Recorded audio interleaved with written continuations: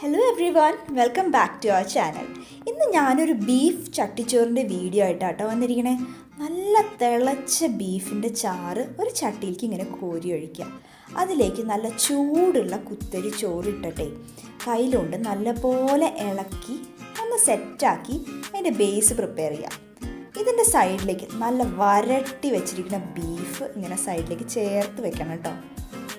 ഇനി ഇതിൻ്റെ കൂടെ കഴിക്കാനായിട്ട് നമുക്ക് കുറച്ച് ക്യാബേജ് തോരൻ, അതുപോലെ തന്നെ ചേനയും കായിട്ടിട്ടുള്ള കാളൻ, നല്ല നാടൻ അവിയൽ,